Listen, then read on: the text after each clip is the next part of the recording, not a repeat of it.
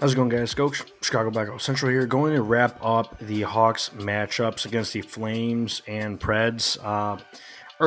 Earlier in the week and on Thursday night against the Predators, a better performance, right? I think we all agree on that. But the Flames game, 5-2 final, was not as pretty, but 3-2 loss against Nashville last night in the shootout. So the first shootout loss of the season, which is uh, kind of crazy, but we'll get into that. I'll bring up the lineup and go over some more stats. So let me roll the intro.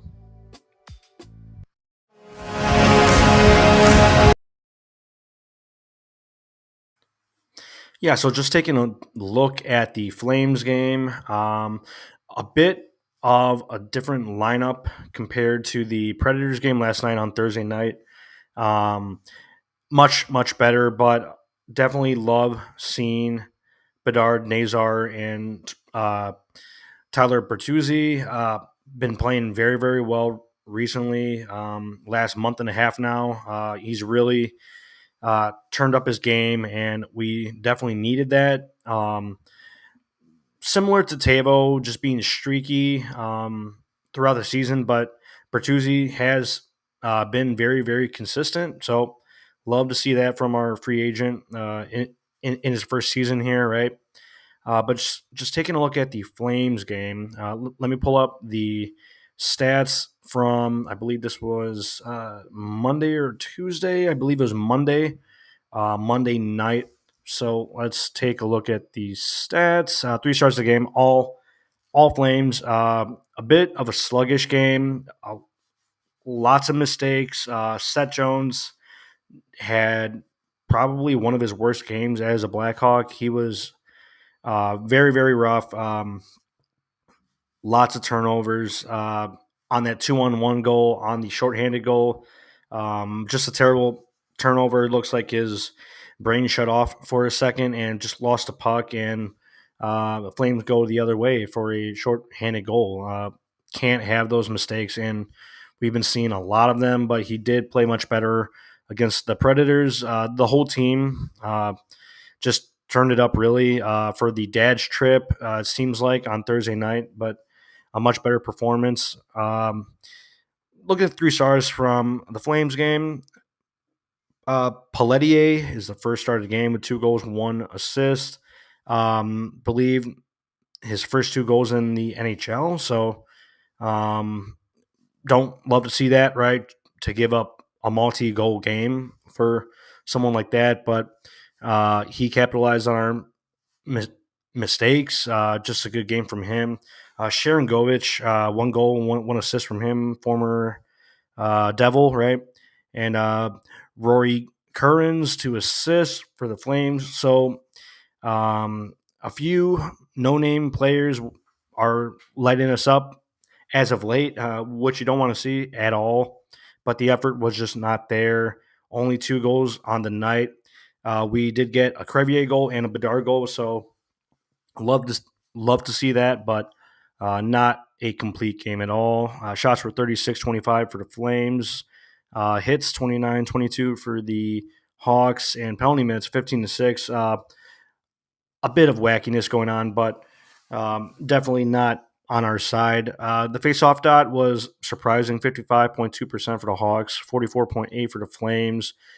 So we have found ourselves in the mid 50s recently, which is better, but has nothing to do with the effort of play. That needs to be better, and it was better on Thursday night, and we'll get into that. But Pelletier scores first minute of the game, about a minute 14 into the first period. Louis Crevier, he gets a decent goal for himself, the second goal of the season for him. Lucas Reichel with his 9th assist. Pelletier scores once again, 11 minutes in. Backlund, all in the first period. So 4 total goals in the first period. Second period, Jake Bean, former Blue Jacket from Columbus. Connor Bedard, very nice goal for his 100th NHL point. Nice snipe on the right circle on the power play from Tavo and Seth Jones. Love to see him scoring again. I believe he's tied for the team lead in goals now, which is good.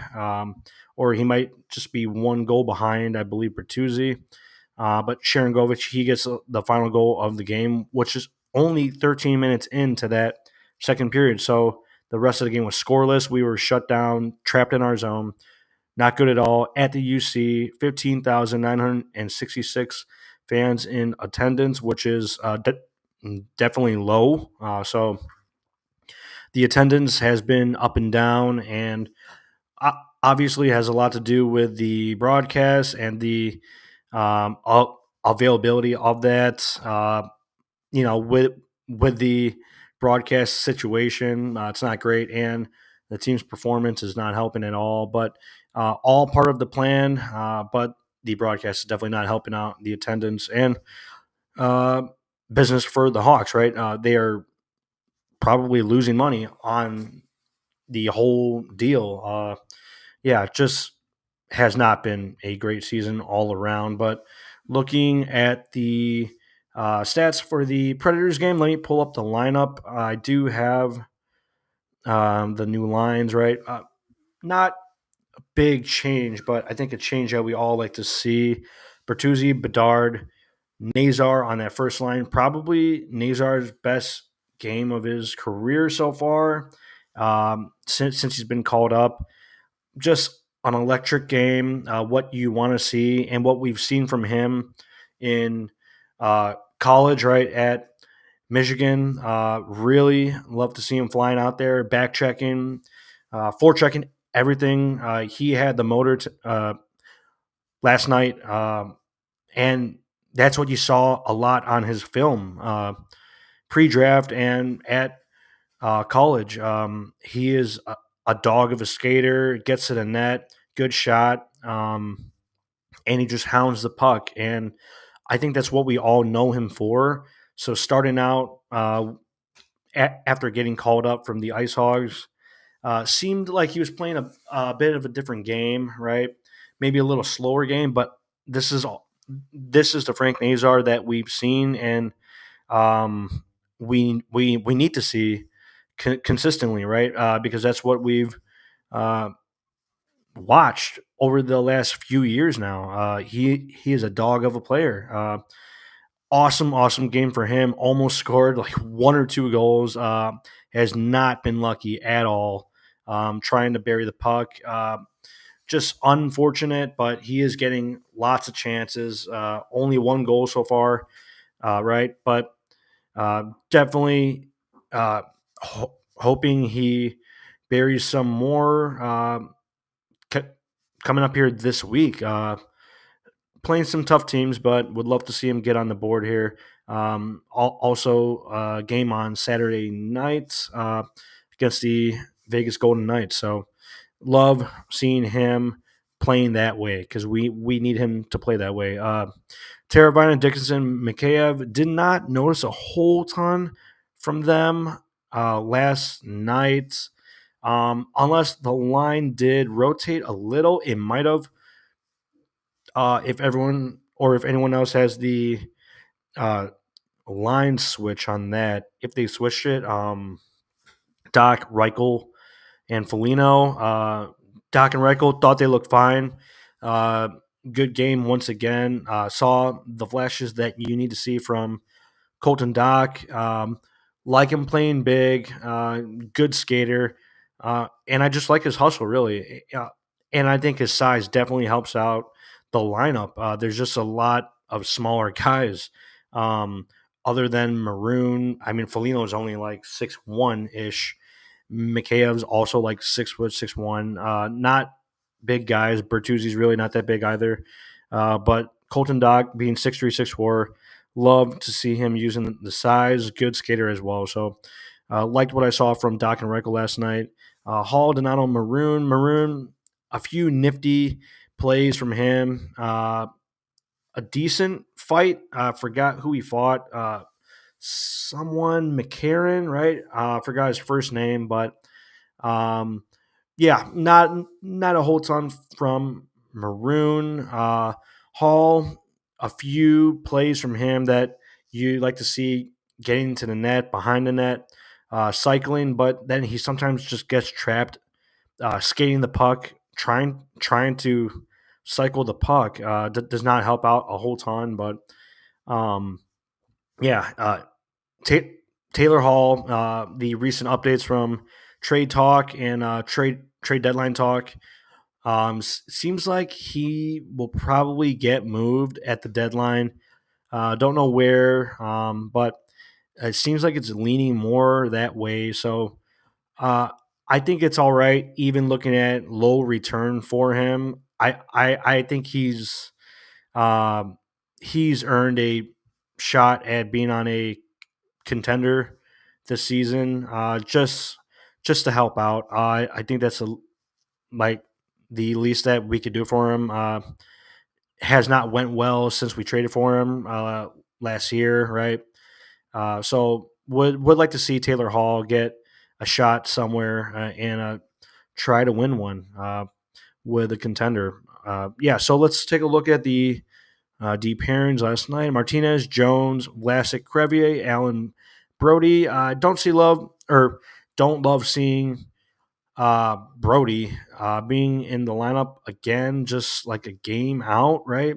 Uh, so I don't love that, but there's nothing we can really do about the lines. So, Sorensen and staff are obviously not noticing his deficiencies that much, and they love seeing him in the lineup over like a Wyatt Kaiser and stuff like that, right? And Isaac Phillips, he was traded to the Winnipeg Jets organization. I believe he'll be in the AHL. So the Ice Hogs pick up a Belarusian defenseman, 21 years old for the Ice Hogs, probably just to pair up with Lev Shinov and give him some chemistry down in the AHL. So that's good to see. Just a small trade that went through, but I liked Isaac Phillips and his game. Definitely thought that he should have had more opportunity and just wishing him the best in Winnipeg because I think he's a decent player, all around game and decent size. So yeah, wishing the best for Isaac Phillips. But Arvid Soderblom in net last night. An amazing game from him. Kept us in the game since the first period, making awesome saves. Third period, late in the game, making big stops. Philip Forsberg gets him on a nice slap shot, breakaway type of thing. Love seeing that shot, but yeah, he picked the pocket on Soderblom to tie the game and to send it to overtime. But overall, great game from Soderblom. And let me pick up the stats. Let me pull them up really quick from last night just to go over the scoring once again. Bedard does get his goal last night. Awesome to see him scoring consistently. Love it, man. That's what you need out of your best player, and he is providing us goals now. So you love to see it. 3 stars of the game: Stamkos, Forsberg, Ryan O'Reilly with 0 goals, 0 assists. I mean, you can't give it to like Soderblom or Bedard last night. It's a little weird for the third 3-star voting. Whatever, man. That is weird. Very weird. Team stats: 41 shots for the Predators. So peppered Soderblom from the first period. 26 shots from the Hawks last night. Hits 35 to 33. So a very physical game. And you love seeing some hits, but I think that worked out well with the pace. Uh, Pretty well last night. The pace was great. The puck movement was great from us.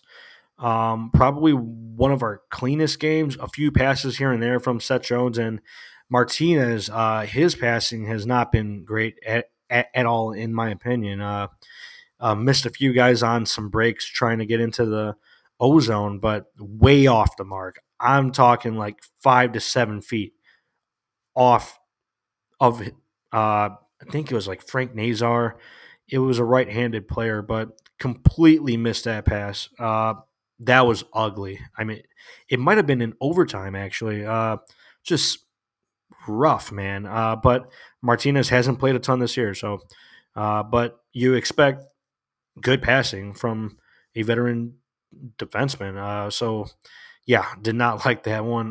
Face-up percentage, 37.1 for the Hawks and 62.9 for the Predators. They definitely had the center depth, just with Stamkos, Ryan O'Reilly over there. Decent, solid face-off guys for the Preds. And let me dive into the scoring stats really quick here. Stamkos, he gets his goal of the night. 15 goals for him on the season on the power play. 8 minutes in the first period. Good shot from him. Um, Soderblom did not get a great look at that shot, but uh, definitely good play from Stamkos and one of the best in recent memory. So he's a great player. Just a great goal from him. Second period, Connor Bedard from Tyler Bertuzzi waiting it out on the right hash marks on the boards and just chipping it over center ice mid slot. Bedard just gets a quick snapper off. Past Soros, his glove side sneaks it past like through his armpit, like armpit area. So nice quick shot. Just get the pass and let it go. Love seeing that. 13th goal of the season. So he's heating up now. Just love it. 6 minutes in, about a minute and a half later, Alec Martinez, he scores from the blue line, bounces off the boards behind the net and just deflects off of Soros and trickles in. So lucky goal from Martinez, but we'll take that to get the lead. And we kept the lead in the third period. Played too defensive to start that third period. Absolutely trapped in our own zone for 5 to 8 minutes. Long time, just trapped. 16 minutes in, Philip Forsberg, he gets that rush on the right side, gets a slap shot off and ties up the game. Past Soderblom with 4 minutes to go. The Foligno goal that was called off. I believe that was in the first period, or was that second period? The Foligno goal for the goalie interference on Saros, or if that was on Lucas Reichel. Did not see a whole ton of contact there. Did not love that call at all. So, yeah, not a great call from the refs last night on that one. And if they counted that, then we probably win this game. And I think we did deserve to win this game. Uh, Definitely looked like the better team. Trapped at times, not as much shots, but we were making some great plays last night. And I love to see them playing with that pace. We were really picking up the pace. Love to see it. No goal scored in overtime. Soderblom, very good. Bedard almost wins it, cuts through three defenders, almost scores. Love to see the effort on that play, but could not get it done there. And um, Soderblom, he helps us get to the shootout where we do lose. Soderblom did not seem like he was ready for that shootout. Very iffy on that one. Stamkos scores. Ryan O'Reilly, Nyquist got the first one, but Stamkos finished it up. Tavo, he scored. Bedard did not score, and yeah, Soderblom was not very sharp in that shootout. So you want to see more, sturdiness in goal for the shootout. But yeah, what's up, man? I'll give you like 3 to 4 years. You'll be in the playoffs. Yeah. Hopefully, we will be a playoff team in 3 to 4 years.